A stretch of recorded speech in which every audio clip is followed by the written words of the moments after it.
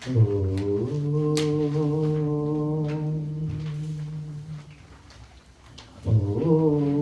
Samita Vishve Vachasa Patindeva Ekedvibhyo Aditir Jananam Sapurvya Nutanam Avivasat Tam Vardhani Anuvavrita Ikamit Guru.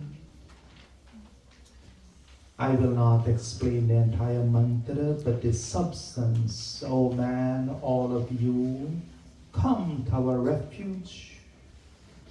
God is the refuge. My fellow souls, namaste. Namaste. Namaste.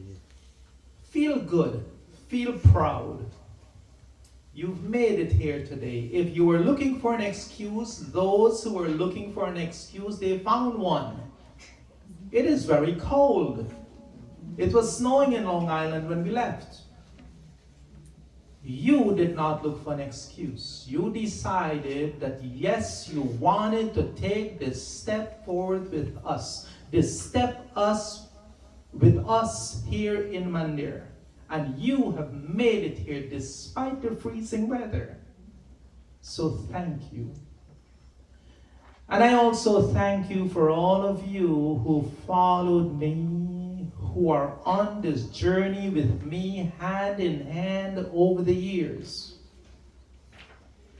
On this first Sunday of this year, let us pause for a moment, not to measure our success in wealth, not to measure our progress in worldly things, but to measure our quiet, steady growth of our own soul's spiritual journey. As I often remind you, the spiritual path is not flat where you take steps forward. It is steps going up. So my question to you today is not how far did you walk over the last year, but how high did you climb? You see, we measure time by the clock, and we've split time up into years and months and weeks and days and hours and minutes and seconds and nanoseconds. But for the spiritual seeker, time is a measurement of spiritual growth. So I ask you again, if you think of yourself at this time last year, how much have you spiritually grown? How much have you changed? And that is my question. Now I'll throw some more questions out. Did we rise above the patterns of anger and anxiety?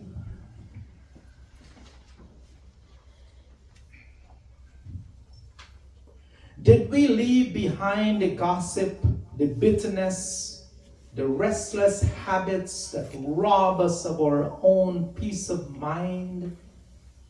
Did we step upwards into greater patience, deeper kindness, the ability to treat others with true universal love?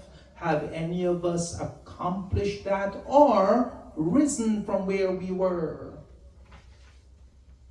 Did we grow in patience when the trials of life tested us? Did you find yourself more patient? Do you find compassion where before there was indifference, you did not care? Do you find shadows of hate still lingering in your mind for other people?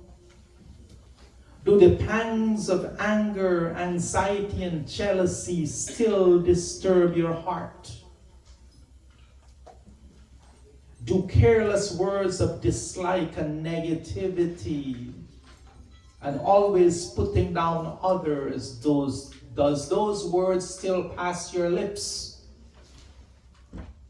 Do you still devote your time and energy to pursue, to go after, to chase after the things that bring you no joy, no peace, and destroys your own health? Do you still do those things? Did your prayer, your mantra japa, and your meditation, did they become more steady, more sweet, more real, and more fruitful? A lot of deep questions. But here's another. Have you gotten closer to understanding this oneness principle? That you are not separate and different, but you're one with the universe. Imagine for a moment that you're looking at your garden, which you sowed, you watered, you tended for many months of summer. You stand admiring your garden. How much have my crops grown? In the same way, ask yourself, how much have my mind, my soul grown? How much have I advanced? This very, very popular shloka from Bhagavad Gita, Udaret Atmanatmanam Natmanam Abasade Atma hiya Atma eva hi Atmano Bandhu Atma eva Ripuratmanah. Elevate yourself with your own mind. Your mind can be your best friend or it can be your worst enemy. Which did you choose? And as you step forth into this new year, which are you going to choose? If you change nothing, nothing changes. It is the fact. It is the universal law. You change nothing, nothing changes. So this shloka is one of self-reflection. It gives us something to measure ourselves. How much have I elevated my own mind? You see, if a mirror shows us our physical face, it shows whether it's clean or dirty. The Atma Darpana, the mirror of the self, shows us the spiritual face. How many of us have taken the time for introspection? Looking at myself, and don't judge others, but judge myself. What kind of person am I? Do I hate? Do I dislike? If I was somebody else, would I like me? Logical question. This little story, once a disciple asked his guru, how do I know if I'm progressing spiritually? The guru pointed at two trees. One was wide and tall, many branches bore no fruit. The other tree was smaller, humbler, full of sweet fruits. The guru said, growth is not measured in height, but in fruit. So you look back at the year gone by, my fellow souls, and you must ask, what fruits did you bear? Did the fruits you bear brought smiles to the face of other people? Or brought distrust and dislike and gave them heart palpitations? Did the fruits you bear bring smiles to their faces? Bring peace to their minds? Did people talk with you and walk away more peaceful than when they came to you? Those are the questions we must ask ourselves. I'm going to cut this a little short. I know that we have a lot. But going forward, what do we do differently? What do we do differently? First of all, I'll tell you a little something about introspection. It is one of those things, like most other things, the more you do it, the better you get at it. But if you have not done it, then for you it doesn't exist. So we must pause. Sit in your sofa when you go home and ask yourself, what kind of person am I? Do I hate others? Am I jealous of others? Do I gossip? Do I say negative things about others? Am I not very forgiving? Do I hold grudges in my mind? Do I hate others for that? Ask yourself those questions. Those questions are a measuring stick of your own spiritual growth. For when you recognize your faults, that's half of the solution, right? We all know that. You must recognize it first. So, what can we do differently? Let's change some things. Begin practicing your daily japa, your mantra japa. Focus on trying, pick up a copy of the Bhagavad Gita, read just one verse and read that verse over and over and the meaning of that verse until it clicks in your mind. Don't go, I've had people tell me I've read the entire Bhagavad Gita. Okay, how did it change you? No, read one verse, focus on that one verse. What does it mean? How does it apply to your life? What can it change in you? Make it make a difference. Focus on doing cleansing and purification, manah shuddhi, cleansing and purification of the mind by pruning away, just as you would a fruit tree, pruning away the thoughts and the things within you that is no good. And while you do that, like I said with the mantra, recognize always when you wake up in the morning, recognize the presence of the divine within you. Let us together take the next step going forward in this year with kindness. Use conscious, loving, and sweet words. I always say this. When people leave you, they should leave in a better frame of mind than when they come to you. And that goes for anybody. That's why sometimes, I make silly jokes. I go downstairs and I joke sometimes. I like to make people feel good. I like to say things that make others feel good. I like to be that uplifting part of your day. Why not? And as we do that, as you try to implement these changes in your mind, as you take this resolve, this sankalpa, and you tell yourself, I will make these changes, make it with a mind filled with gratitude to the presence of the divine within you. Let every breath, take every breath in gratitude. Look at every sunrise with gratitude. Thank God for your relationships.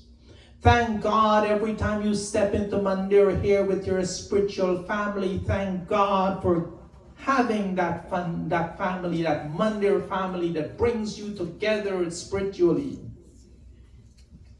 Gratitude is like the oil that keeps the lamp of the heart burning steadily. So, you see, I said that this spiritual path is a step up. Every day, our mind should be at a higher level of thinking from yesterday. So back to my question, how much have we grown? I will leave that question with you. I want each one of you to ask yourself that question. How much have you grown? How much have you elevated your level of thinking? Do you come to mandir and you sing the same bhajan sweetly? You listen to the applause. You chant the mantras you know and you go home feeling like you've accomplished something. No. Albert Einstein, famous saying. The definition of insanity, doing the same thing over and over again and expecting different results. No. You have to change something. Implement, and I always say this, live the mantra, the bhajan, live the bhajan. What does the bhajan teach you? Practice that in your life, in your daily life. It is the reason I take the time to explain some mantras every time I sit here, so you can think about what the mantra means. Make it make a difference. So again, I know that this would be a packed program. As we close, I remind you, the mountain of spiritual heights may look tall, but every step taken with sincerity counts. Let us resolve not to rush, but to rise steadily to new heights. I had a poem. Let's read that poem. And this poem is my heartfelt thinking, which I believe we all should be thinking at this point in time. Looking at life as a series of steps and looking at our spiritual growth as a series of steps. The old year folds its wings after flight. Its shadows now fade with dimming light. The feathers of memories, joy and pain, whispers of loss and echoes of gain. We now pause a moment on the stair to count the steps that brought us here. Patience and kindness has built the way into stones of virtues where feet can stay. From doubt to faith our hearts have grown. A brighter lamp within each has shone, and the self now speaks in silence clear. The inner voice grows stronger year by year. Yet the mountains rise beyond our sight, with the peaks of truth and higher light. My anger to calm, my desires to still, compassion to grow, forgiveness to fill. This new year dawns with gates of gold, a book yet unwritten, a tale yet untold. Our choices will carve the path we tread. Our deeds will sing the words we've said. May we remember to bow before the day, acknowledge the divine wherever we lay, to love deeply and to see oneness as true, and walk with inner peace in all that we do. And since this year's bell began to chime, may we all be much wiser with passing time, and not just richer in wealth and earthly store, but freer in spirit with longings no more. O Lord, you who guide the stars above, please grant us wisdom, faith, and love. Strengthen our steps on this upward climb, and free our hearts from the chains of time. And now we greet the turning new year, with our sincere hearts and our vision clear. Happy New Year, let the divine light appear, and bless us each day to love and to care. And I leave that with you, and on that same page, keep it, because I will ask you to take this vow of truth with me. The mantra, Om, Agne, Vratapate, Vratam, Charishyami, Tat, Shakeyam, Tanme, Radyantam, Idam, Anritat, Satyam, Upaimi. O God, O Lord of vows, today I promise to observe this vow of truth. I promise to be firm in removing lies and untruths from my own mind and from my life. O God, please give me good health. Please give me the strength to fulfill this solemn vow of mine in this new year. Very nice. I'm happy that you read that with me. I would be even more happy if you say that yes, you have taken and you will uphold this vow with me. Yes? Yes. Yes? Yes. Very good. My fellow souls, let us climb together step by step, hand in hand in the company of the divine until we reach the heights where the soul rests in perfect light, in perfect peace, in perfect bliss. I, Pandit Jag and my Dharmapatni D, we thank you for being with us hand in hand in our own spiritual journey. I thank all of you for being kind, patient, and attentive. Om Purnamadaha Purnamidam Purnat Purnamudachyate Purnasya Purnamadaya Purnamevavashishyate. Om Shanti Shanti Shanti.